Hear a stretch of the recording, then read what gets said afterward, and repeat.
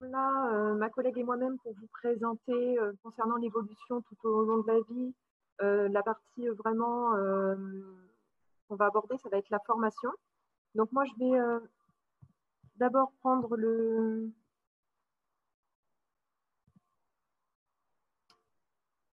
PowerPoint que je dois partager.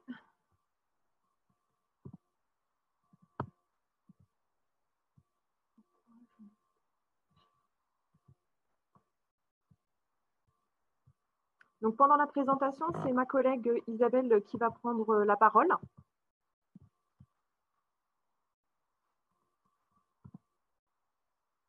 Et je vais... Donc,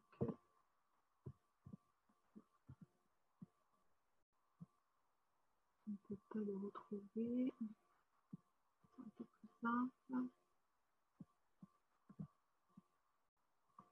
Je vous demande un tout petit instant.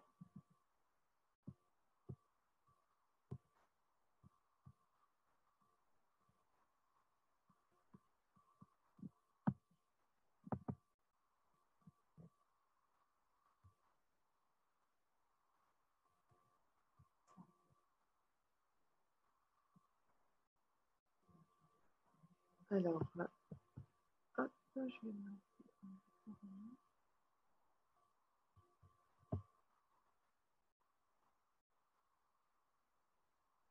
Est-ce que la présentation est bonne? Est-ce que tout le monde voit le diaporama? Si on pouvait juste me dire si c'est bon.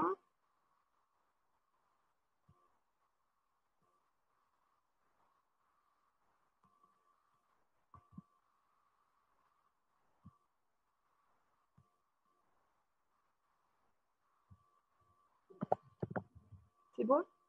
Je laisse la parole à ma collègue. Merci.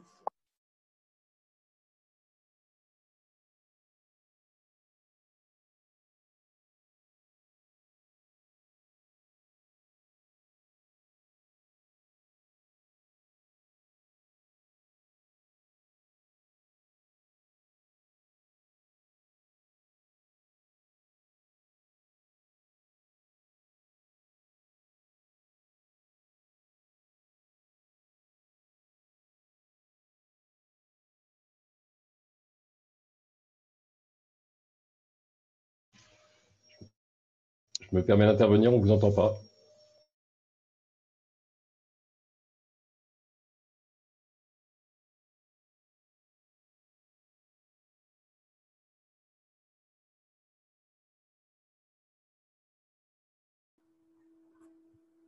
Est-ce que vous m'entendez désormais? Très bien, très bien. Bon, on va reprendre, pas de souci. Je me présente, Isabelle Huré, conseillère à l'agence Pôle emploi. Alors, aujourd'hui, le thème qu'on va aborder va concerner... Je pense qu'il faut que tu fermes ton...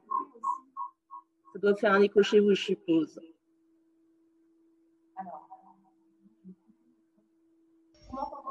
C'est bon là. Alors, le thème abordé aujourd'hui concerne l'évolution professionnelle. Isabelle, vous devez avoir un téléphone ouvert, non? Ah non, absolument pas. Non. Ça fait écho, c'est vrai que c'est désagréable à l'écoute.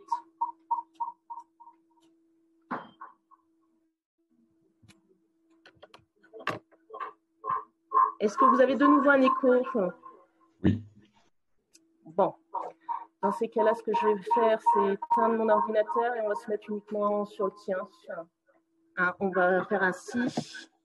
On est désolé, il y a des petits soucis techniques. Ça arrive dans ce genre d'exercice.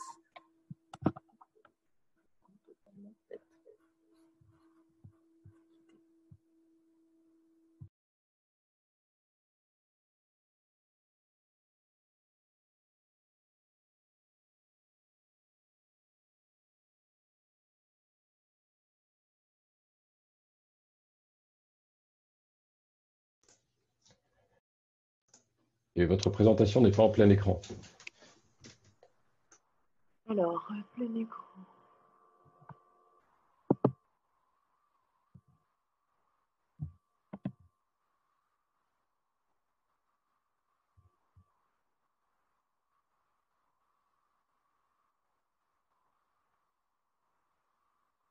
Alors par contre, j'ai pas accès au plein écran. Je comprends pas pourquoi il me propose pas sur la partie où je suis.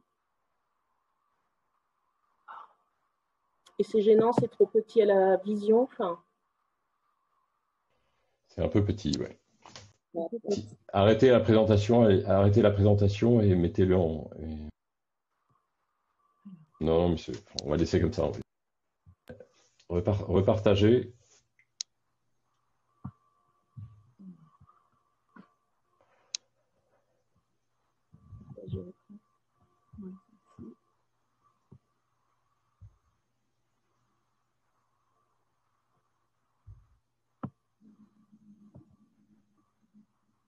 Je comprends pas pourquoi il Ah, c'est parfait là. Là, c'est parfait. Alors, on ne touche plus à rien. Est-ce que vous nous entendez correctement cette fois-ci? Parfaitement. Parfaitement. Bon, on va reprendre. Donc, je me présente, Isabelle Huré, conseillère à l'agence Pôle emploi. Alors, le thème qu'on va aborder aujourd'hui concerne l'évolution professionnelle. Plus précisément, on va vous parler de la formation et de l'accès à la qualification. Le constat aujourd'hui, c'est que l'on s'aperçoit que lors de notre carrière, nous sommes tous, que l'on soit salariés, employeurs ou demandeurs d'emploi, désormais confrontés à des situations particulières. Ça peut être notamment les transitions professionnelles qui sont soit voulues ou subies. Ça peut être également des mutations du marché du travail. Actuellement, on a un marché du travail en constante évolution en raison du tissu économique qui est très mouvant. Et ça peut être des évolutions aussi des missions confiées sur nos postes de travail. On sait qu'aujourd'hui, les fiches de poste évoluent constamment et que nos missions changent. Et puis, désormais, c'est un nouveau comme phénomène, c'est l'apparition et le développement des nouvelles technologies qui impactent fortement nos interventions quotidiennes, notamment désormais avec l'arrivée du numérique. Souvent, pour faire face et surmonter ces événements, l'accès à la formation va être nécessaire, voire indispensable. C'est ce qu'on nomme l'évolution professionnelle tout au long de sa vie. Alors, la formation est activée suite à une obligation professionnelle, souvent, ou bien suite à un choix personnel. Ça peut être un choix de modifier sa trajectoire, ça peut être une volonté, effectivement. Les circonstances et les motivations sont multiples pour accéder et engager le processus de formation. On peut être sur un projet de reconversion, de réorientation, de mobilité professionnelle. Ça peut être également un souhait d'augmentation de son niveau de qualification. Ça peut aussi être effectivement une motivation personnelle, un besoin de reconnaissance, une confirmation de ses compétences et aptitudes acquises. Lors de notre échange, lors de cette présentation, nous allons aborder plusieurs sujets. Les sources d'information pour trouver le parcours adapté. On va vous parler également succinctement, mais ça va être abordé malgré tout, des financements possibles dans le cadre du PRF, du CPF, de l'AIF. Alors, c'est un jargon constitué de multiples acronymes que l'on va approfondir effectivement avec vous. Et puis, on va vous parler de la VAE, un dispositif qui existe sur notre territoire et qui est vraiment très peu déployé sur notre secteur.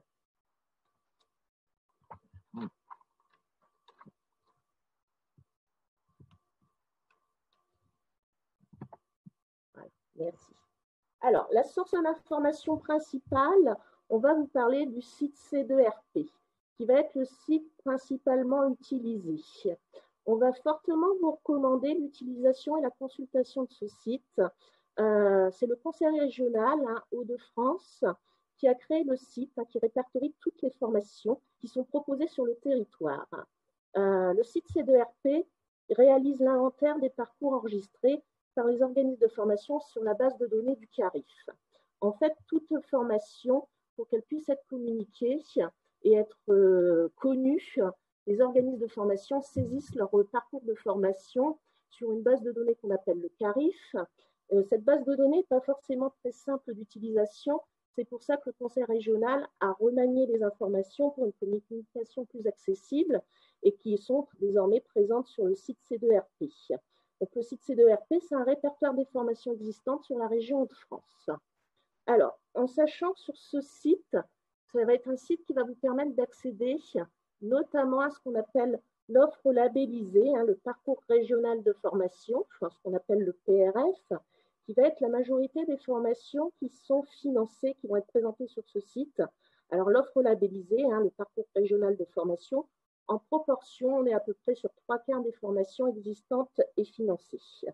Alors, le programme régional de formation, c'est un appel d'offres qui est lancé tous les ans sur des besoins qui sont exprimés par divers services de l'emploi, alors que sont sollicités généralement la mission locale, Cap Emploi, Pôle Emploi, les maisons de l'emploi et de l'information aussi. C'est une remontée en fonction des besoins exprimés par les demandeurs d'emploi et c'est aussi le retour des attentes et des exigences des entreprises. Le résultat de l'appel d'offres, c'est la validation de groupes de formation, des places qui sont préfinancées sur des parcours retenus en fonction de toute cette analyse qui a été faite précédemment par l'ensemble des services de l'emploi. Actuellement, on est en attente du PRF de l'année 2021. Alors, sur ce parcours, vous allez avoir essentiellement les formations qualifiantes, les certifications, les diplômes, les titres professionnels, les certificats de qualification professionnelle. Vous avez également des parcours qui sont des habilitations, des obligations requises par les employeurs. Ça peut être aussi des modules, des compléments de formation, des modules pour se spécialiser.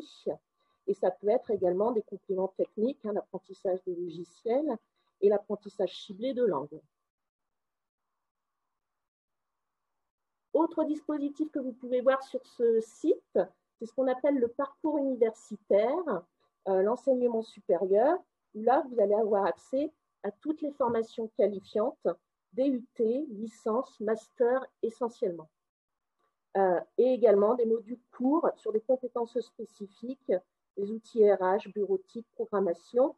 Alors, tous ces parcours qui sont proposés dans le cadre de l'enseignement supérieur se réalisent sur de multiples lieux, mobilisés en collaboration avec l'Université de Lille, d'Arras, d'Amiens, l'Université Polytechnique Hauts-de-France, l'Institut catholique de Lille et le réseau de la CNAM. Alors, en sachant que ces formations que vous pouvez consulter sur le site, vous pouvez aussi les avoir sur le site de Pôle emploi, trouver ma formation, mais ce site-là est quand même beaucoup plus simple d'accès et beaucoup plus lisible. Alors, petite alerte, la formation n'est pas forcément financée, même si elle apparaît sur le site C2RP, puisqu'on a dit que c'était un inventaire d'une autre base de données.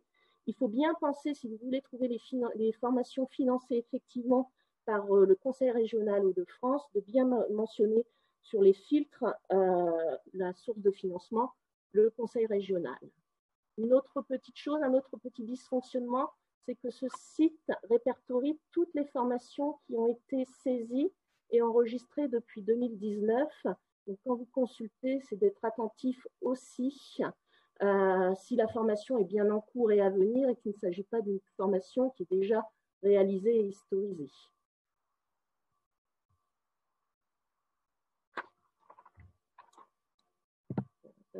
Compte personnel de formation.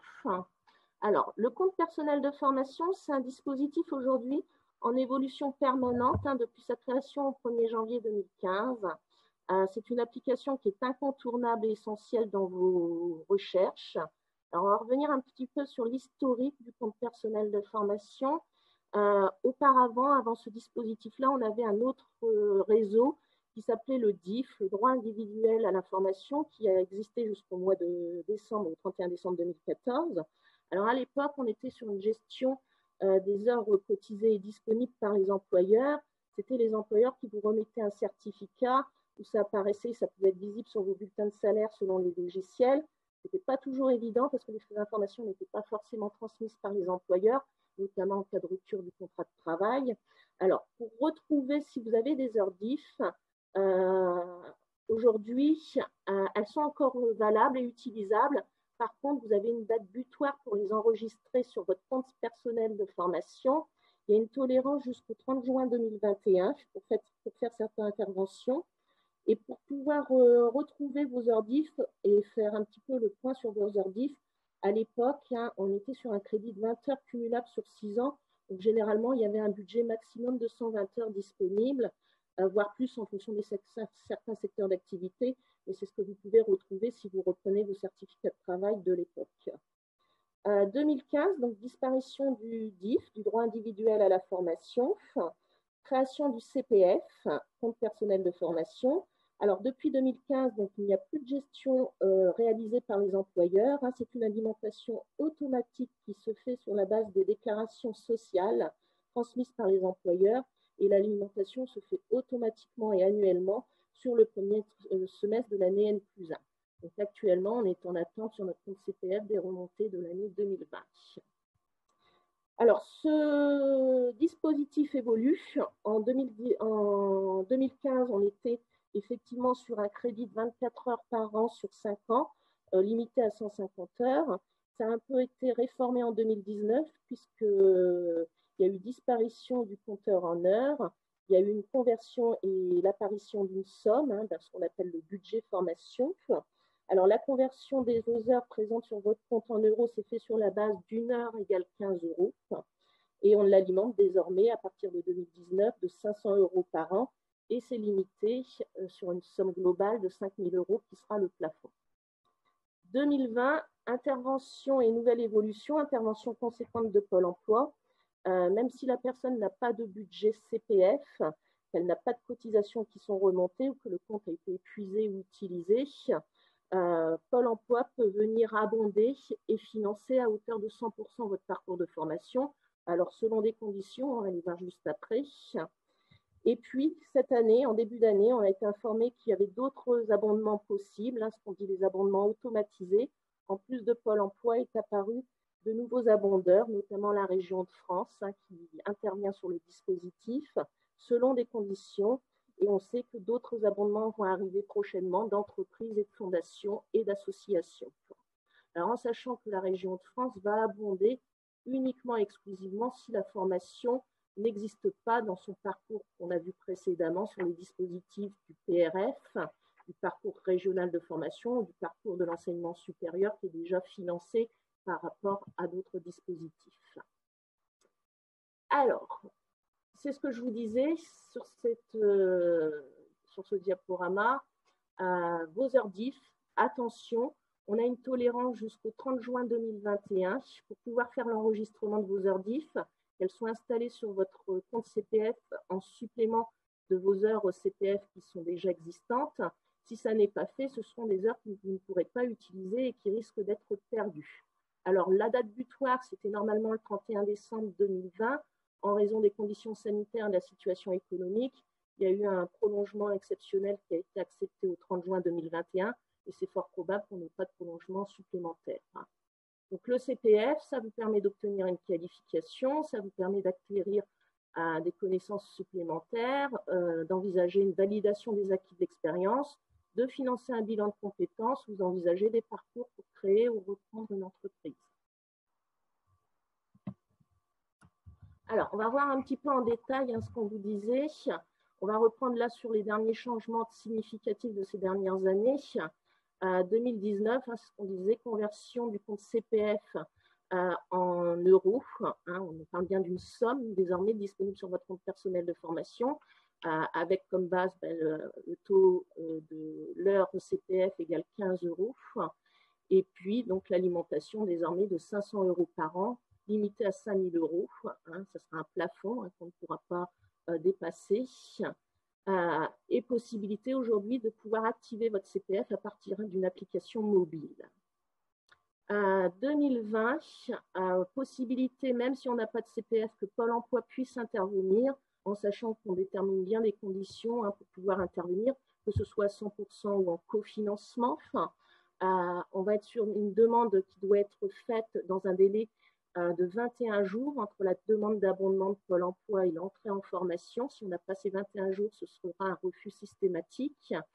Et à partir du moment où vous avez lancé votre demande, le conseiller Pôle emploi en charge de votre demande et de votre dossier a un délai de 10 jours pour faire une réponse. À défaut de réponse, la demande est systématiquement accordée.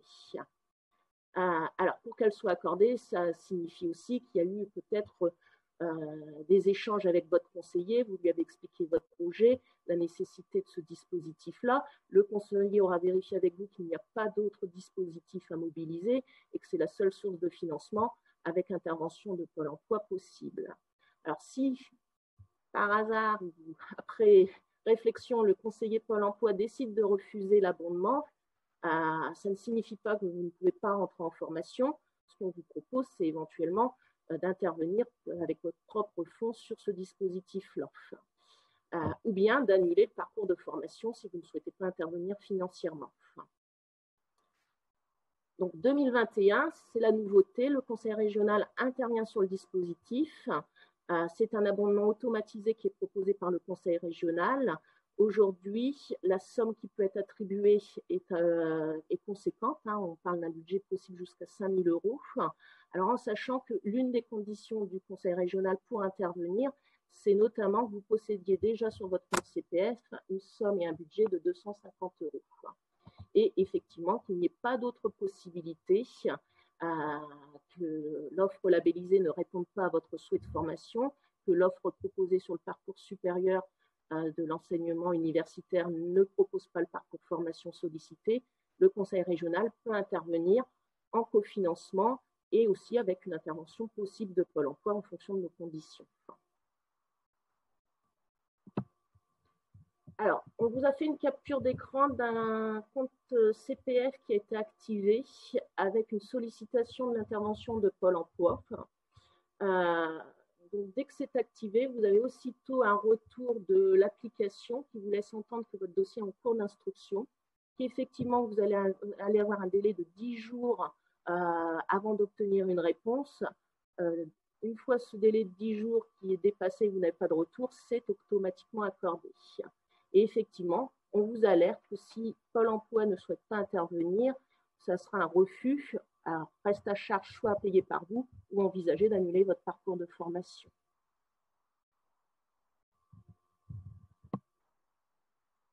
Alors, on vous reprend en détail aujourd'hui comment est alimenté votre compte CPF. Bon, il faut savoir qu'aujourd'hui, vous n'avez aucune intervention à faire. Vos employeurs précédents n'ont aucune intervention à faire.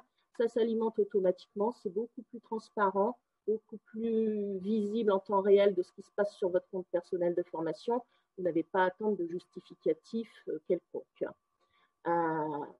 L'application du compte personnel de formation vous permet de consulter vos droits à la formation, d'avoir accès, parce que c'est vrai que vous avez aussi une source d'information sur toutes les offres qui sont à votre disposition par ce biais-là. Beaucoup d'organismes de formation répertorient leur parcours sur ce dispositif-là, et vous avez la possibilité d'acheter et de mobiliser votre compte CPF en direct, si vous ne faites pas intervenir d'intermédiaire sur votre projet de financement de formation. Ça se fait en direct, sans intermédiaire, sur ce dispositif-là avec vous. Alors, à savoir, malgré tout, si la formation que vous visez n'est pas éligible au CPF, et on a encore des parcours de formation aujourd'hui qui ne rentrent pas dans le cadre du compte personnel de formation, les formations qui ne seraient pas non plus proposées sur les dispositifs que propose le conseil régional dans l'offre labellisée ou dans le parcours universitaire, on peut, nous, Pôle emploi, étudier votre parcours avec un autre dispositif qui est à la main unique de Pôle emploi, ce qu'on appelle l'AIF, l'aide individuelle à la formation, où là, c'est une étude qui se fait directement avec votre conseiller de Pôle emploi. Et c'est l'aide qu'on mobilise généralement en dernier recours quand on n'a pas d'autres dispositifs à mobiliser.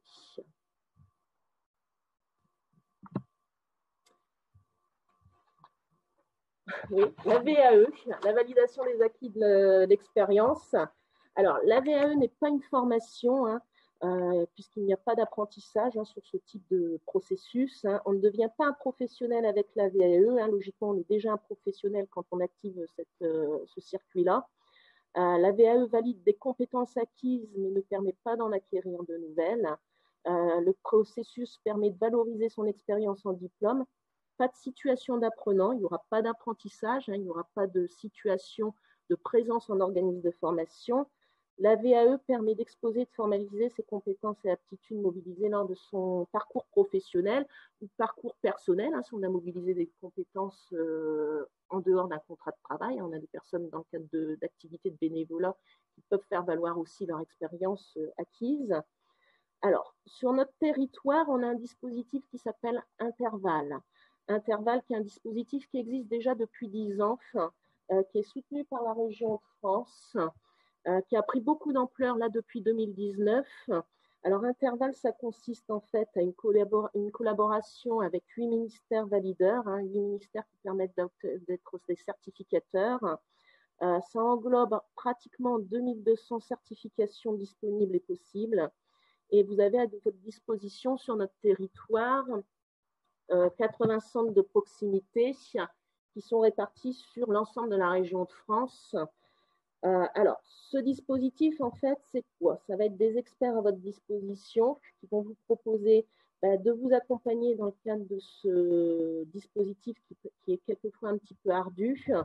On va vous proposer notamment une aide au préparatoire pour le choix de la certification, l'analyse du référentiel de la certification pour vérifier que ça correspond bien à vos métiers exercés et à vos compétences réalisées, vos aptitudes. Parmi 2200 proposés, il faut faire le choix qui soit le plus juste et qui permette de pouvoir obtenir le diplôme dans sa totalité et pas avoir juste une validation partielle. Ça va être aussi, avec les experts présents sur ce dispositif, la possibilité de constituer ce qu'on appelle votre livret 1, la recevabilité, c'est-à-dire vérifier les critères pour lancer et instruire votre processus de VAE.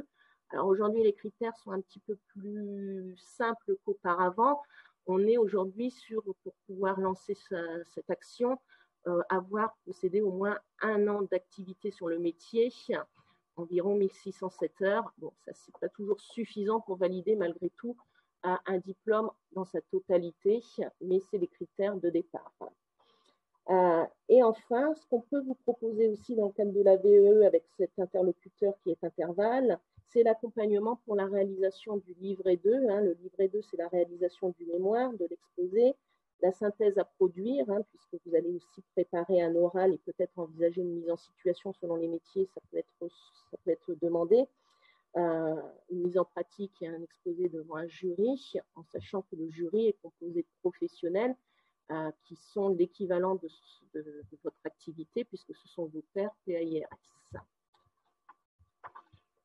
Voilà, notre présentation sur l'ensemble des principaux dispositifs est terminée. C'était juste une approche, c'était une sensibilisation à ce qu'il y a d'existant que vous pouvez mobiliser dans le cadre de votre projet peut-être de formation de qualification. Nous allons pouvoir, si vous le souhaitez, répondre à vos questions, vos demandes de précision ou remarques.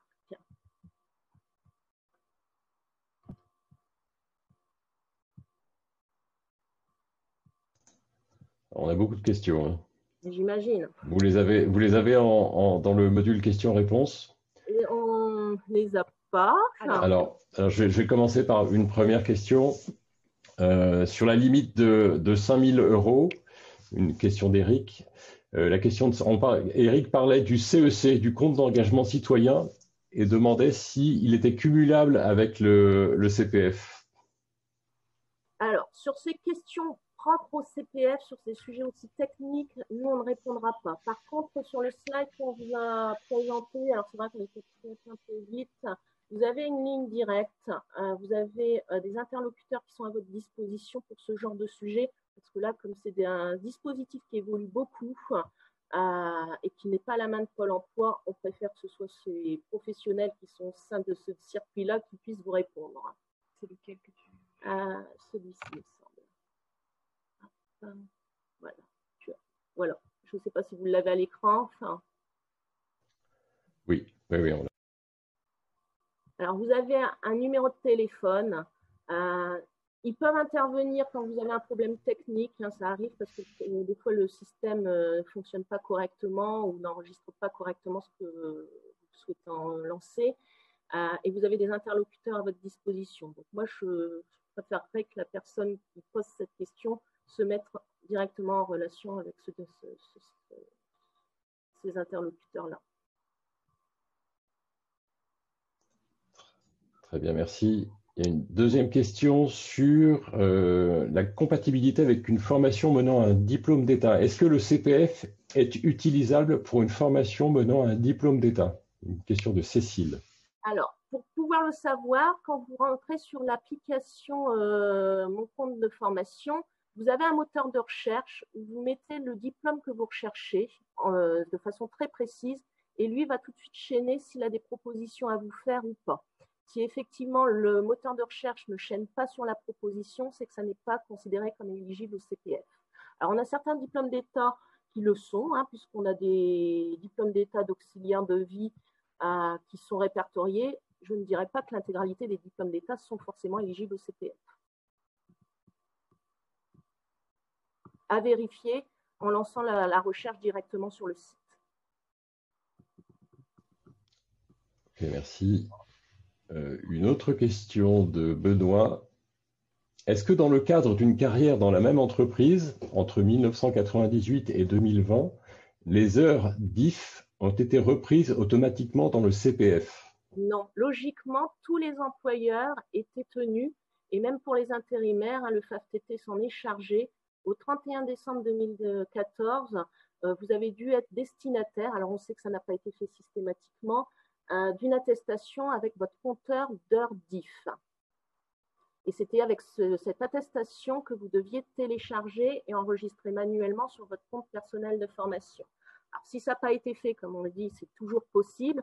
Alors aujourd'hui, il y a une petite subtilité, c'est que quand vous voulez enregistrer vos heures DIF, jusqu'alors c'était du déclaratif, vous pouviez l'enregistrer sans justificatif. Là, on va vous demander un justificatif qui prouve le chiffre que vous voulez saisir. Donc, c'est un compteur DIF et CPF qui sont différents, qui peuvent se cumuler, mais qui n'ont pas été intégrés de manière automatique dans le CPF. On a bien les questions à l'écran maintenant. Alors. Et si on a déjà utilisé, on fait comment pour finir les unités si on n'a pas assez sur le compte de formation? C'est-à-dire si vous avez déjà utilisé tout votre compte CPF, c'est bien ça?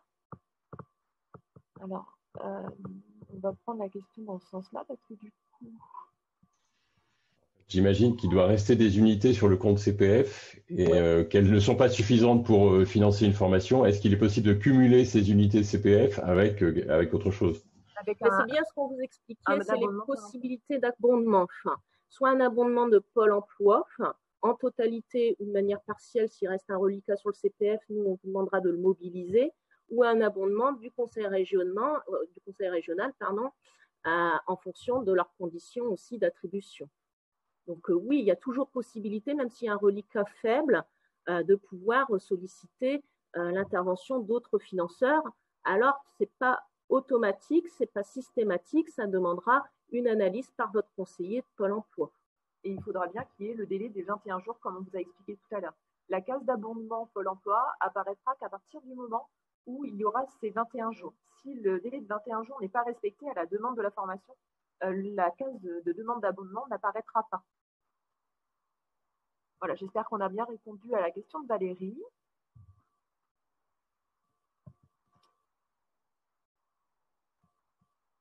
Oui, donc, merci. Ensuite.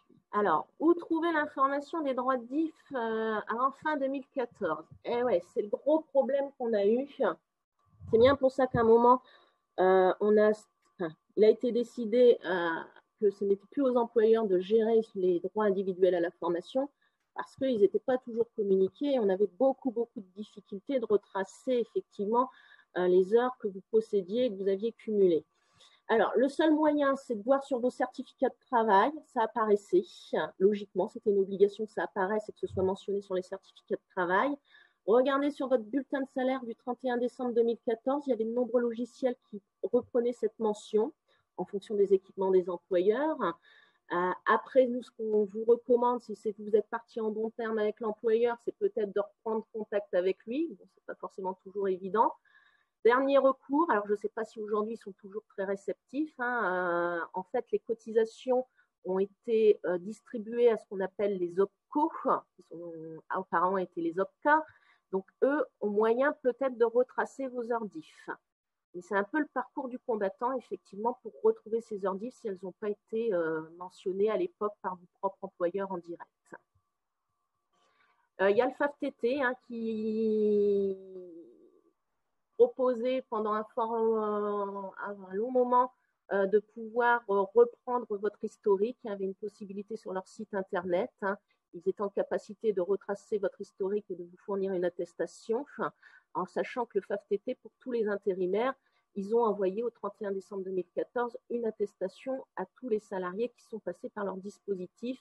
Beaucoup n'ont pas compris ce qu'était cette attestation et s'en sont séparés. Or, elle était essentielle et il fallait la conserver. Alors, ensuite, la question suivante. La formation doit forcément être dans la région Hauts-de-France. Par rapport à quoi? C'est assez... Par rapport au CPF, vous parlez? Alors, c'est une question d'Audrey Calic, si elle est toujours présente. Alors non, la formation n'a pas besoin d'être en région de France. Le compte personnel de formation n'est pas un dispositif du conseil régional. On va partir de cette base-là. Sur mon compte de formation, vous pouvez solliciter des formations sur la France entière. Alors après, il faudra voir si vous avez demandé une intervention de Pôle emploi et qu'on sait que nous, derrière, ça peut impacter aussi des demandes d'aide particulières pour des déplacements, pour des rémunérations ou autres. On ne va pas forcément être partant et volontaire si on sait que la formation peut se faire à proximité, qu'elle engendrera beaucoup moins de coûts s'il y a une intervention de nos services sur d'autres sujets. Ensuite, si ma formation visée demande une somme supérieure à celui de mes droits CPF, sous quelle forme Pôle emploi peut intervenir pour nous aider? L'abondement. L'abondement, c'est ça. On va vous donner un exemple. Sur votre CPF, vous avez 500 €. La formation coûte 1 000 €. Vous allez solliciter l'abondement à Pôle emploi des 500 € restants. Ou éventuellement le conseil régional, si la formation n'est pas dans les autres dispositifs. Donc, il y a possibilité de solliciter ce qu'on appelle les abondeurs actuellement, ce qu'on peut nommer les cofinanceurs. Alors, ce n'est pas forcément parce que vous l'avez demandé, c'est ce qu'on a dit, que ce sera accordé. Il y aura une analyse préalable, il y aura un échange avec vous pour vérifier le bien fondé et la possibilité d'amortir rapidement par une reconversion et un retour à l'emploi, et que ce parcours est essentiel pour rebondir professionnellement. Alors, ensuite, allez-vous nous transmettre la copie de cette présentation par mail? Merci. Alors, toutes les informations qui ont été diffusées là sur le PowerPoint, ce sont des informations qu'on a récupérées par rapport au compte personnel de formation, à la VAE, c'est donc Intervalle. Toutes ces choses sont disponibles sur Internet. Après, vous pouvez très bien solliciter de manière particulière votre conseiller Pôle emploi pour toute question qui peut reprendre les sujets qu'on a vus ensemble. Mais alors, on pourrait poser la question, mais je pourrais le transmettre par mail sur demande, mais c'est vraiment un support pour la présentation aujourd'hui. Voilà. Alors, comment récupérer ces ordifs? C'est ce qu'on a dit précédemment sur une autre interrogation de la même nature. On vous dit, logiquement, vous étiez destinataire d'une attestation sur vos certificats de travail, ça peut apparaître. Alors, en sachant que vous devez prendre le certificat de travail qui précédait la date du 31 décembre 2014. Si vous avez travaillé chez plusieurs employeurs, on ne fera pas un cumul de toutes les ordifs réalisées chez tous les employeurs. C'est uniquement les ordifs du dernier employeur avant le 31 décembre 2014. Par contre, si sur cette période-là, vous travaillez simultanément chez plusieurs employeurs, là, le cumul sera possible. Mais effectivement, on sait la difficulté aujourd'hui pour retrouver ces ordifs. Alors, c'est tout, si elles ne sont pas connues, ça signifiera que vous avez un budget sur votre CPF peut-être moins important, que effectivement sur votre projet, on le soutient, que ce soit Pôle emploi ou le conseil régional, on aura un abondement forcément plus important. Alors c'est vrai qu'on préfère, si vous connaissez vos ordifs et que vous les possédez, que ça vienne alimenter votre propre financement. Mais si ça n'existe plus ou que vous ne pouvez pas le retracer, ça ne sera pas bloquant pour autant. Alors, quel justificatif est à fournir concernant la déclaration des DIF? Ça, c'est ce qu'on vient de... Tout document remis par un employeur, un bulletin de salaire où ça apparaissait, un certificat de travail, une attestation, un justificatif officiel et qui ne soit pas uniquement un déclaratif de la propre personne. Alors, peut-on cumuler un abondement de Pôle emploi et du conseil régional en plus du CPF pour une formation longue et coûteuse? Alors, longue, je ne sais pas ce qu'on entend. Nous, quand on finance, et le conseil régional est souvent sur la même logique, on souhaite des formations de moins de 12 mois. C'était aussi un de leurs critères à une époque, donc je pense qu'ils l'ont maintenu. L'objectif, ce ne soit pas des formations sur plusieurs années, parce que nos financements doivent permettre de rebondir rapidement à l'emploi et que la qualification soit rapide. Moi, je dis rapide, mais pas forcément. Je pense à des parcours qui se font sur plusieurs années. On ne pourra pas envisager un financement par notre intermédiaire. Pas dans l'état actuel des choses, en tout cas. Après, on verra avec les autres abondeurs qui risquent d'arriver, qui mettront peut-être des modalités différentes. Alors, le cumul. Alors, on ne peut pas vous imposer de choisir les abondeurs. La première proposition qui va vous être faite, c'est effectivement Pôle emploi. Et il va y avoir des abondements dits automatisés que vous captez ou vous ne captez pas. Il y a tout intérêt, si vous avez une proposition que le conseil régional vienne intervenir avec un budget de 5 000 €, on ne peut pas vous imposer de le faire, mais nous, on appréciera d'autant plus qu'il y ait déjà un budget acquis de 5 000 € par l'intermédiaire du conseil régional, parce que le reste à charge de Pôle emploi sera forcément moins significatif. Mais on pourra venir abonder logiquement en complément. Le cumul des deux sera possible. Alors après, on est prudent. Moi, je n'avance pas, puisqu'à ce moment-là, on n'a pas les devis, on n'a pas les propositions. Il faut savoir qu'on a tous, dans les services publics, des enveloppes budgétaires. Donc, effectivement, on va analyser si les propositions sont coûteuses et très onéreuses. On va analyser parce qu'on sait que ça va venir impacter fortement notre enveloppe locale. Après, si c'est indispensable, ça sera à analyser sérieusement. Pour la VAE, comment la démarrer et à qui s'adresser? Alors, pour la démarrer, vous avez le dispositif intervalle. Alors, c'est vrai que n'hésitez pas à aller sur le site, on peut peut-être le présenter. Vous avez de nombreux interlocuteurs sur le territoire de l'Oise. Il y a pas mal de réseaux à votre disposition. Alors, vous avez le numéro de téléphone, ça peut être le premier moyen. Et sur le site intervalle, vous avez le catalogue des 80 guichets de proximité. Vous pouvez les interpeller en direct. C'était sur la slide suivante.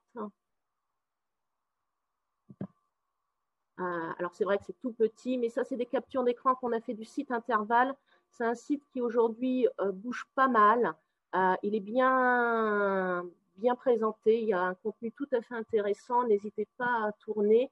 Et ça va être votre première prise de contact. Et après, vous allez être orienté vers les bons dispositifs pour pouvoir engager ce processus-là, en sachant que vous avez un soutien et une aide qui est aujourd'hui conséquente. Et si vous allez jusqu'au bout du processus et que vous lancez effectivement votre dossier pour valider votre certification, vous pouvez bénéficier d'un accompagnement. Parce que c'est vrai que ce n'est pas toujours une démarche simple, ce n'est pas toujours évident. Et vous avez des personnes qui vont vous aider à constituer votre dossier final.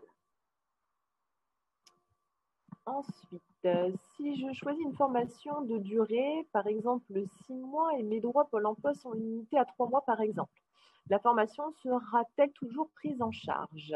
Alors, c'est deux choses différentes. La prise en charge, qu'on appelle le financement, et la rémunération. Là, on n'a pas parlé du tout de la rémunération parce que ce sont des choses très complexes. Effectivement, s'il y a un abondement de Pôle emploi dans le cadre de votre CPF, je pars sur cette piste-là, je ne sais pas si c'était forcément l'hypothèse de départ. Sur le CPF, s'il y a un abondement de Pôle emploi pourra lancer une rémunération de fin de formation. Mais il faut que ce soit, alors c'est complexe à exposer ça ici, il faut que ce soit du qualifiant, il faut que ce soit également sur les métiers dits prioritaires sur une liste que l'on possède et qui émane de la préfecture de la région de France. Donc il y a beaucoup de critères pour voir si Pôle emploi effectivement peut envisager une fin de rémunération. Après, si vous rentrez sur une formation du conseil régional, c'est pareil, qui est financée par le conseil régional sur l'offre labellisée ou sur les parcours universitaires. Pôle emploi, en fonction de la nature, peut voir s'il y a une rémunération de fin de formation possible, ou quelquefois c'est la région qui met en place une rémunération pour la fin du parcours. Donc ça, c'est vraiment du cas par cas. Avant de parler si effectivement il peut y avoir une rémunération de fin de formation de Pôle emploi ou de conseil régional, nous on part du postulat de départ, quelle est la nature de la formation et qui est le financeur de la formation. Et c'est là qu'on décline un petit peu toutes les rémunérations possibles ou pas. Donc là, si vous êtes dans cette situation, vous avez tout intérêt à prendre contact avec votre conseiller, exposer votre projet pour qu'on l'analyse de manière beaucoup plus fine. Formation intelligence artificielle, par exemple, c'est la formation. Ouais. Mais là, en ayant uniquement l'intitulé, en ne sachant pas quelle est la nature de la formation et en ne sachant pas comment va être constitué le plan de financement, je ne peux pas vous dire au niveau de la rémunération ce qui va pouvoir être proposé ou pas. Là, il faut vraiment qu'il y ait une analyse précise et individuelle par rapport à votre plan personnel.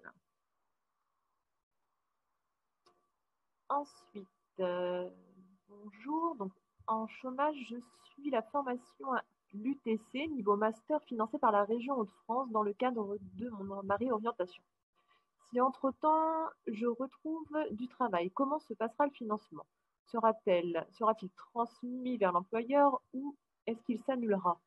Alors, si je comprends bien, vous êtes sur une formation qui a été financée par la région Hauts-de-France, donc vous êtes très certainement sur un parcours universitaire, ce qu'on appelle l'enseignement supérieur. Si vous quittez la formation, c'est toléré, évidemment, si vous retrouvez un emploi. On sait qu'aujourd'hui, vu la conjoncture, priorité à l'emploi quand ça se présente, la formation se stoppera, le financement s'arrêtera. Ça ne sera pas transféré vers un employeur ou quoi que ce soit. Alors, souvent, c'est ce qu'on dit, quand on souhaite quitter une formation, il faut y réfléchir. Il faut effectivement, pour ce que ce soit pour une durée valable, pas quitter une formation juste pour une mission intérimaire courte et peut-être irrégulière et ponctuelle. Mais on sait que beaucoup de personnes peuvent quitter un parcours de formation en cours de route. Ce n'est pas un abandon, c'est un arrêt pour un motif légitime, une reprise d'emploi, mais effectivement, le financement se stoppe. Ensuite, Nicolas Coutelier. Donc, si je comprends bien, la formation doit être validée sur le site Mon compte de formation si le montant DIF n'est pas suffisant pour couvrir entièrement, et la participation de Pôle emploi et du conseil régional sera calculée et validée ensuite. Ouais, donc ça se fait. Alors, je retrouve parce que je n'ai pas forcément saisi l'idée. Alors, si j'ai pas assez d'heures DIF ou de CPF, puisque là, le compteur sera commun DIF-CPF si vous avez enregistré les deux informations, la participation de Pôle emploi, oui, éventuellement, après analyse du conseil régional si elle est possible en fonction de leurs conditions. Oui, c'est ça. Après, ça va être vous allez voir, vous vous positionnez, quand vous êtes sur mon compte formation, vous vous positionnez sur une formation. Votre proposition arrive à l'organisme de formation. L'organisme de formation revalide votre demande et vous la renvoie en vous demandant de monter votre dossier financement. Et c'est là que, quand vous êtes à cette phase-là, qu'il y a eu un retour de l'organisme de formation, que vous allez avoir les propositions en ligne des dispositifs existants, Pôle emploi, région, et puis éventuellement d'autres abondeurs qui vont arriver. La participation n'est pas visible directement sur le site Mon compte formation. Pas en direct. La première phase, quand vous êtes sur mon compte de formation, vous êtes en train de faire le choix de l'organisme de formation et du parcours que vous allez mobiliser. À ce niveau-là, vous ne voyez rien apparaître. C'est quand vous aurez validé ce circuit, cette proposition, que l'organisme de formation aura détecté que vous vous êtes positionné sur ce parcours, qu'il validera et vous renverra le projet avec cette fois-ci le montage financier qui va pouvoir se mettre en œuvre. Ça ne se fait pas dès la sélection du parcours de formation. Voilà, c'est la dernière question. Très bien. Bon, on sait que c'est un sujet qui anime beaucoup. Le CPF, c'est un dispositif qui est en place depuis 2015, qui n'est pas forcément très connu, mais qui devient pratiquement nécessaire de mobiliser, puisque dès que vous allez parler de formation, on va vous parler tout de suite du CPF. N'hésitez pas à aller l'activer, votre compte. Beaucoup de personnes ne l'ont toujours pas activé depuis 2015. Alors, pour activer votre compte, c'est simple, vous allez sur le site, on vous demande votre numéro de sécurité sociale, on vous demande de créer un mot de passe et vous avez déjà accès à vos heures qui sont alimentées depuis 2015. Et puis, vous pouvez faire le point sur comment elles ont été alimentées. Vous avez tout votre historique professionnel et quelles ont été les cotisations des différents employeurs. Et c'est vrai que nous, souvent, on pose la question, quel est le budget que vous possédez sur votre CPF? Et beaucoup de personnes l'ignorent parce qu'elles n'ont jamais été l'activer. Voilà. Merci à tous pour vos questions. Et on vous souhaite une bonne journée et une bonne continuation sur le salon Rebond Cadre avec les interventions suivantes. Bonne journée. Au revoir.